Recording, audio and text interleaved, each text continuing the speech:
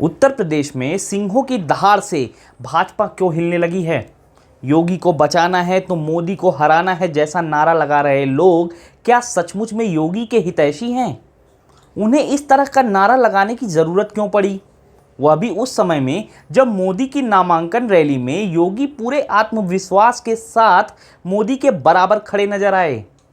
भाजपा के चाणक्य अमित शाह अचानक उत्तर प्रदेश में ठाकुरों की बारात क्यों इकट्ठा करने लगे?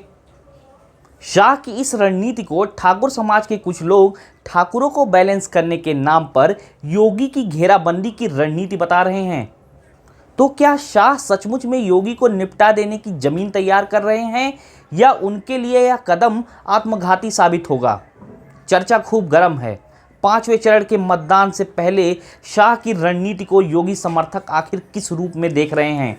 नमस्कार, मैं हूं विभ्यांशु पांडे। आप देख रहे हैं एक नज़र एक नज़रिया। हम डालेंगे इस दांव पेच पर एक नज़र और रखेंगे अपना भी नज़रिया। तो बने रहें हमारे साथ, देखते रहें एक नज़र एक नज़रिया।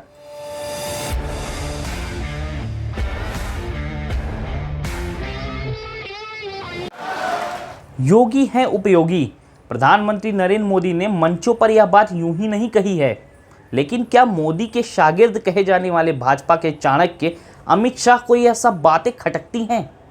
मोदी के बाद योगी के नारे क्या उन्हें इस कदर बेचैन करते हैं कि वह खुद के लिए रास्ता साफ करने के चक्कर में मोदी का ही मैदान साफ कर देने की भूल कर चुके हैं? इस सवाल पर अब भाजपा के बाहर जितनी बहस होती है उससे कहीं अधिक भाजपा के भीतर चर्चा का विषय है। यह बात भी किसी से ढकी छिपी नहीं है कि भाजपा की मोदी शाह की जोड़ी कभी नहीं चाहती थी कि योगी आदित्यनाथ को उत्तर प्रदेश की बागडोर सौंपी जाए। याद करें वह समय जब मोदी के राष्ट्रीय फलक पर राजनीतिक उदय के बाद भाजपा को उत्तर प्रदेश में स्पष्ट बहुमत मिला तो मनोज सिन्हा को उत्तर प्रदेश का मुख्यमंत्री बनाया जाना तय हो गया था। वह वाराणसी में पूजा पाठ कर लखनऊ पहुंचने की तैयारी कर ही रहे थे कि राष्ट्रीय स्वयंसेवक संघ ने योगी आदित्यनाथ की लखनऊ की राजनीति में एंट्री करा दी। तब तक योगी का नाम किसी की जुबान पर नहीं आया था। भगवा चोले में काला चश्मा लगाए योगी जब उड़न खटोले से लखनऊ की धरती पर उतरे तो भाजपा के बड़े बड़े दिग्गज हैरान रह गए। इस समय तक संघ प्रमुख डॉक्टर मोहन भागवत ने योगी को मुख्यमंत्री बनाने पर मोदी को भी तैयार कर लिया था। लिहाजा योगी की ताजपोशी हो गई। भाजपा सूत्र कहते हैं कि उसी समय से शाह की नज़रों में योगी खटकने लगे। दो उप मुख्यमंत्री बनाकर योगी की घेराबंदी की तैयारी हो गई। गुजरात से आने वाले पार्टी के एक बड़े पदाधिकारी सुनील बंसल को उत्तर प्रदेश में ही कैंप कराया गया। उन्होंने समांतर सत्ता चलाने का प्रयास भी किया। भाजपा की गुजरात लॉबी योगी पार्ट 1 से लेकर पार्ट 2 तक लगातार योगी को घेरती रही है। दूसरा कार्यकाल भी पहले जैसा ही बनाने का प्रयास किया गया। दो उप मुख्यमंत्री घेराबंदी के लिए लगाए गए। कैबिनेट के कई चेहरों से लॉबिंग कराने का प्रयास होता रहा। योगी को अपनी मर्जी के अधिकारी भी नहीं मिल पाए।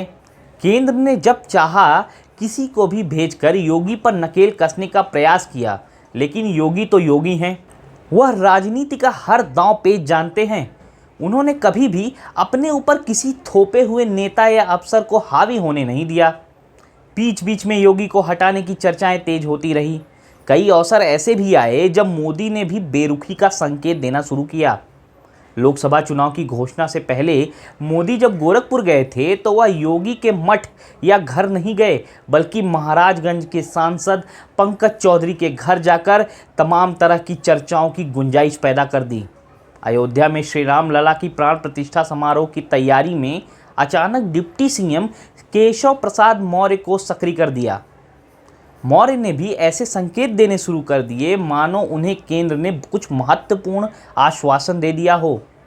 योगी कैबिनेट की बैठक में भी मौर्य शामिल नहीं हुए। अपने घर प्रदेश के बड़े अफसरों की बैठक बुलाने लगे। कुछ मंत्री व विधायक के साथ उनकी पृथक बैठकों का सिलसिला शुरू हो गया।